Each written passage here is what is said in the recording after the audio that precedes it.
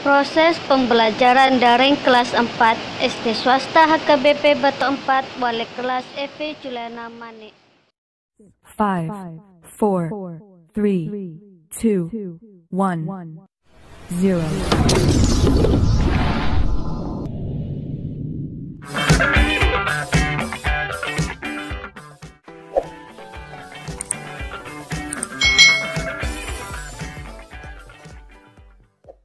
Hari ini kita akan belajar bersama-sama untuk mata pelajaran tematik kelas 4. Kita sudah belajar di tema 4, berbagai pekerjaan, subtema 1, jenis-jenis pekerjaan, pembelajaran yang pertama. Mari adik-adik kita belajar dengan penuh semangat. Perhatikan lingkungan tempat tinggalmu. Apakah kamu tinggal di pegunungan, di dataran rendah, ataukah di wilayah pantai? Bagaimana jenis tumbuhan yang terdapat di sana? Pekerjaan apa yang ada di sana? Untuk memahami, ayo kita pelajari bersama-sama. Ketika liburan tiba, Lani mengunjungi kakeknya. Kakek Lani tinggal di daerah pegunungan. Udara di sana terasa sangat sejuk. Berbeda dengan udara di tempat tinggal Lani. Setiap pagi, Lani tidak pernah bosan menemani kakeknya berjalan pagi. Tempat tinggal kakek Lani dekat perkebunan teh. Kakeknya sering mengajak Lani berjalan-jalan mengitari perkebunan teh. Lani diberitahu oleh kakeknya bahwa teh merupakan salah satu tanaman yang dapat tumbuh dengan baik di daerah berudara sejuk. Adik-adik, apakah kalian pernah ke pegunungan? Nah, di sana udaranya sangat sejuk ya. Nah, biasanya tanaman teh ini ditanam di daerah pegunungan yang udaranya sejuk. Tempat hidup tanaman teh. Teh merupakan minuman yang banyak dikonsumsi oleh masyarakat di berbagai belahan dunia. Di Indonesia, tanaman teh itu tumbuh subur di wilayah pegunungan yang berudara sejuk. Teh merupakan salah satu tanaman yang tumbuh di daerah dengan ketinggian antara 200 sampai dengan 2000 meter di atas permukaan laut. Tanaman teh dapat tumbuh dengan baik di daerah dengan suhu antara 14 sampai 25 derajat Celcius yang cukup mendapat curah hujan karena tanaman teh tidak tahan terhadap kekeringan adik-adik. Curah hujan sangat dibutuhkan untuk menjaga perakaran tanaman teh. Di Indonesia, perkebunan teh itu tersebar di beberapa wilayah pegunungan, contohnya di Pulau Jawa dan Sumatera. Kedua pulau tersebut sangat mendukung pertumbuhan teh karena tanahnya sangat subur. Beberapa daerah perkebunan teh di Pulau Jawa antara lain Ciwidey dan Bogor itu daerah Jawa Barat, Brebes dan Wonosobo itu Jawa Tengah, Malang itu di Jawa Timur. Adapun perkebunan teh di Pulau Sumatera antara lain di Simalungan itu di Sumatera Utara dan Kerinci itu di Jambi. Pohon teh juga berfungsi untuk mencegah terjadinya erosi. Apa sih erosi itu, Kak Citra? Erosi itu pengikisan tanah akibat air yang mengalir. Tanaman teh yang ditanam berjajar rapi dengan jarak 1 meter dapat menahan derasnya aliran air, sehingga tanah tidak terkikis terbawa air.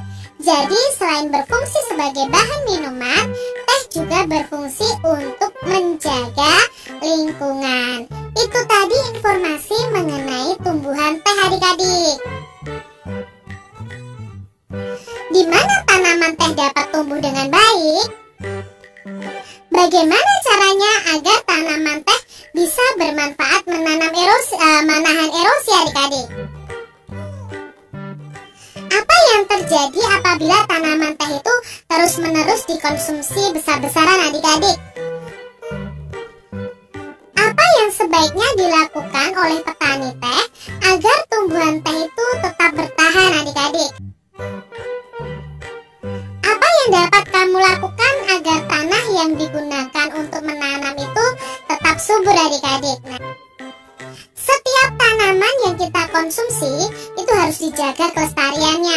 Begitu juga tanah yang ditanaminya. Tanaman dan tanah adalah sumber daya alam yang harus kita jaga keberadaannya. Penggunaan yang berlebihan itu juga akan merugikan kita sendiri, adik-adik. Buatlah peta pikiran yang berisikan informasi tentang pentingnya menjaga keseimbangan alam dan kelestarian sumber daya alam bagi manusia. Banyak masyarakat yang menikmati teh, adik-adik. Akan tetapi, tahukah kamu tentang proses pembuatan teh? Coba amati gambar ini, adik-adik. Jadi, di perkebunan teh biasanya ada yang memetik daun teh, lalu mengolah daun teh tersebut dan mengemasnya menjadi teh yang siap dikonsumsi oleh masyarakat. Nah, untuk mengolah teh menjadi minuman, banyak jenis pekerjaan yang terlibat, adik-adik. Ada penanam teh, pemetik teh, penggiling daun teh, dan pengemas teh. Nah, penanam teh itu bertugas menanam tanaman teh ketika perkebunan mulai ditanami. Lalu pemetik teh itu bertugas untuk memetik teh yang ada di kebun teh. Pengolah teh itu bertugas mengolah teh di dalam pabrik. Pengemas teh itu bertugas memasukkan teh ke dalam kemasan yang siap untuk dijual. Dari satu perikop ini kita jadi tahu jenis pekerjaan yang terlibat dalam perkebunan teh. Ada penanam teh, pemetik teh, pengolah teh, dan pengemas teh. Tanaman itu memberikan manfaat bagi manusia loh, adik-adik. Apabila tidak berhati-hati dalam memanfaatkannya, tumbuhan akan habis dan punah. Manusia akan mengalami kesulitan. Oleh sebab itu, kita wajib menjaga keberadaan tanaman dengan menanam kembali serta menjaga lingkungan. Taman bermain yang hilang. Di sini ada sebuah dongeng, adik-adik. Yuk kita baca bersama-sama yang judulnya Taman Bermain yang Hilang. Malam hari merupakan malam yang ditunggu oleh Kupi, kepiting kecil. Ia menikmati saat-saat berjalan perlahan di gundukan pasir bersama ayahnya. Mereka menanti datangnya air pasang yang akan membawa mereka ke dunia yang berbeda. Ya, Kupi selalu menanti saat-saat mereka terhembas oleh air pasang, lalu tiba di hutan bakau. Nanti di sana ia akan bertemu dengan teman-teman kecilnya yang lain. Upi si udang kecil, Puro si kura-kura, dan teman-teman yang lebih besar seperti bangau dan Momo si monyet. Di antara akar bakau mereka bisa bermain kejar-kejaran, petak umpet, atau tidur di sela akar yang melintang. Seru sekali saat-saat itu. Ada kalanya mereka berpisah terbawa oleh pasang surut, kembali ke laut bebas. Namun suatu hari mereka bertemu lagi dan bermain bersama lagi. Suasana di hutan bakau tentu berbeda dengan suasana di laut lepas. Airnya pun berbeda, tidak asin seperti air laut, tetapi juga tidak tawar. Kupi tidak tahu apa namanya. Berbeda, tetapi Kupi dan teman-teman tetap bisa bermain dengan nyaman. Malam itu di pesisir pantai, Kupi bertanya kepada ayahnya, "Ayah, mengapa kita tidak lagi pernah bisa bertemu dengan bangau putih, teman ayah? Aku juga sudah rindu bertemu dengan teman-teman dan sahabat-sahabat kecilku. Aku sudah lama sekali tidak bertemu dengan Upi, Kuro, bangau Cili, dan Momo. Mengapa mereka susah sekali kita bertemu ya dengan mereka?" Sambil berjalan pelan di gundukan pasir, ayah Kupi menjelaskan perlahan, "Kupi sayang, sekali hutan bakau di tempatmu bermain sudah rusak. Ayah dengar dari paman nelayan, manusia di pesisir pantai sana ingin membuat bangunan-bangunan yang tinggi menjulang. Mereka butuh lahan yang luas. Mereka menebang habis hutan bakau. Mereka membangun gedung tinggi, menjulang ke langit di atas taman bermainmu itu." Ayah menjelaskan perlahan, "Sesungguhnya ia tidak ingin Kupi sedih. Tetapi bagaimana lagi? Ayah tidak ingin Kupi terus menanti tanpa kepastian. Kupi tertunduk sedih. Pupus sudah harapannya bertemu lagi dengan sahabat-sahabat kecilnya. Mengapa manusia begitu jahat, Ayah? Mengapa manusia tidak memikirkan kita makhluk kecil di pesisir pantai? Mengapa manusia itu hanya memikirkan dirinya sendiri? Kupi meratap pelan namun penuh amarah. Ayah ingin menenangkan hati Kupi. Ia menambahkan, sebenarnya ketika hutan bakau tempatmu bermain ditebang, manusia pun menerima akibat buruknya. Air laut akan semakin mudah mencapai daratan. Tidak ada lagi pohon bakau yang menahan. Lama-kelamaan air tanah di sekitar pantai akan menjadi air asin. Manusia tidak bisa minum air asin, Kupi. Ayah berusaha menjelaskan panjang lebar. Ayah kemudian menambahkan, dengan rusaknya pantai akibat penebangan bakau, kegiatan manusia pun menjadi terganggu. Sekarang wisatawan yang berkunjung ke pantai semakin berkurang. Para pedagang yang dulu berjualan di sekitar ini tidak ada lagi. Pemandu wisata yang biasa menjelaskan tentang keindahan pantai dan hijaunya bakau pun sudah jarang terlihat. Nelayan yang biasa menjual hasil tangkapan mereka pun tinggal sedikit. Kupi tidak terhibur oleh penjelasan ayah. Pikirnya, biarkan saja manusia menerima akibat dari perbuatannya sendiri. Manusia memang sering tidak bijak. Kupi hanya ingin berdoa, semoga suatu saat nanti hutan bakau akan kembali.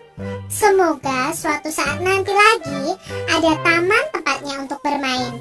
Semoga suatu saat nanti ia masih bisa bertemu sahabat-sahabat kecilnya. Kupi hanya berdoa, semoga kelak manusia bisa bertindak lebih bijaksana. Semoga. Nah, dongeng ini diciptakan oleh Kak Santi Hendrieti. Nah, dalam bacaan ini ya adik-adik kita jadi tahu betapa pentingnya hutan bakau untuk lingkungan kita. Hutan bakau itu untuk mencegah terjadinya abrasi atau erosi yang disebabkan oleh gelombang air laut. Nah, adik-adik di sini kalau hutan bakau rusak itu juga berakibat untuk manusia.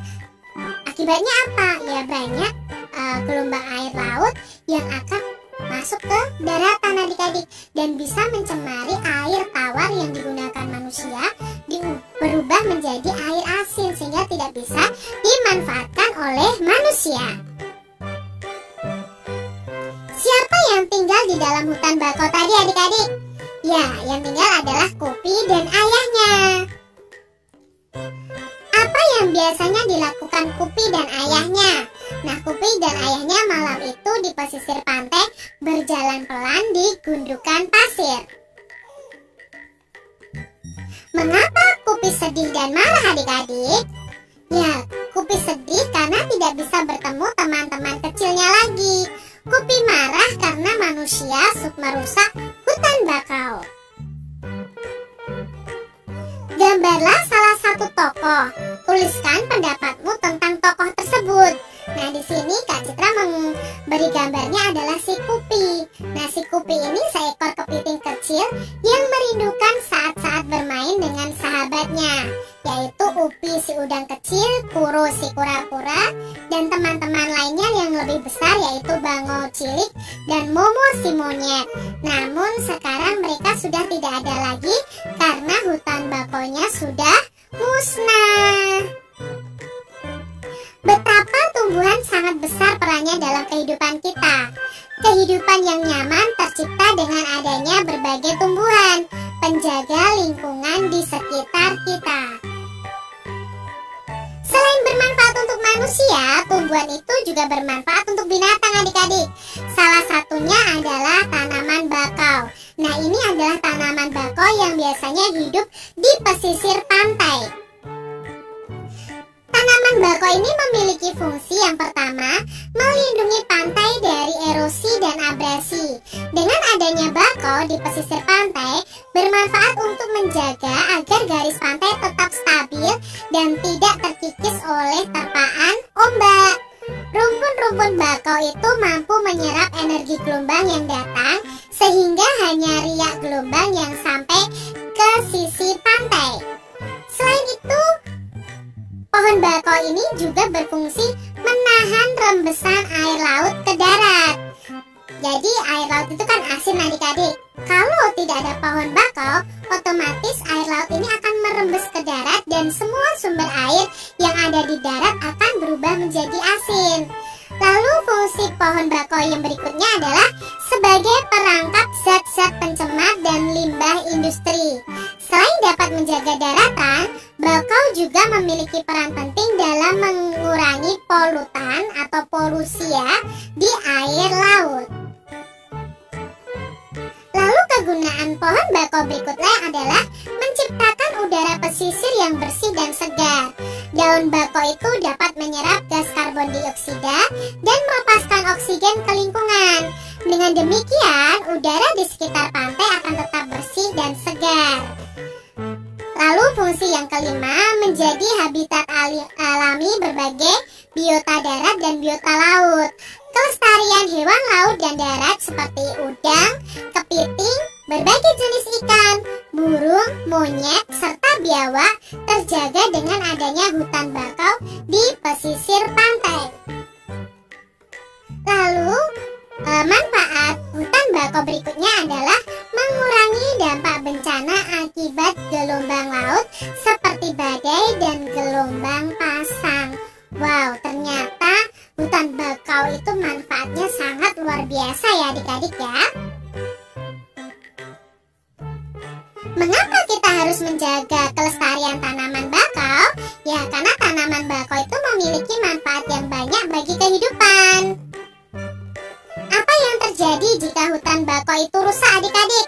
Maka yang terjadi, keseimbangan alam akan terganggu. Maka akan terjadi bencana juga adik-adik. Bagaimana hutan bakau dapat menjaga keseimbangan alam? Nah, hutan bakau menciptakan udara pesisir yang bersih dan melindungi pantai dari abrasi. Apa saranmu agar hutan bakau tetap lestari?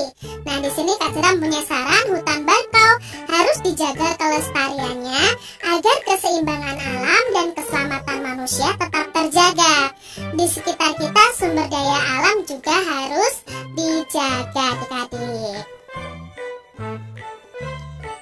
Sebutkan 2 sumber daya alam yang ada di lingkunganmu dan tuliskan paling sedikit 3 kegiatan untuk menjaganya. Nah, menjaganya ya tidak menebang pohon sembarangan, melakukan tebang pilih ya, artinya menebang dengan memilih ukuran dan usia tumbuhan, menanam kembali tanaman yang telah dimanfaatkan. Lalu pemeliharaan tanaman dengan benar, itu cara menjaga sumber daya alam tumbuhan. Lalu untuk menjaga sumber daya alam hewan, itu kita bisa dengan cara tidak berburu hewan, melindungi hewan langka, membudidayakan hewan langka, mencari alternatif pemanfaatan hewan langka dengan menciptakan pengganti berbahan sintetis, atau ini di cloning namanya ya. Kita harus bersyukur kepada Tuhan Yang Maha Esa yang menciptakan beragam tumbuhan. Ayo adik-adik, kalian bisa membuat poster untuk menginformasikan pada teman kalian di sekolah tentang pentingnya menjaga dan menyayangi tumbuhan yang ada di lingkungan kita. Coba ya adik-adik buat posternya. Demikian tadi adik-adik pembahasan kita di mata pelajaran tematik kelas 4 tema 4 subtema 1 pembelajaran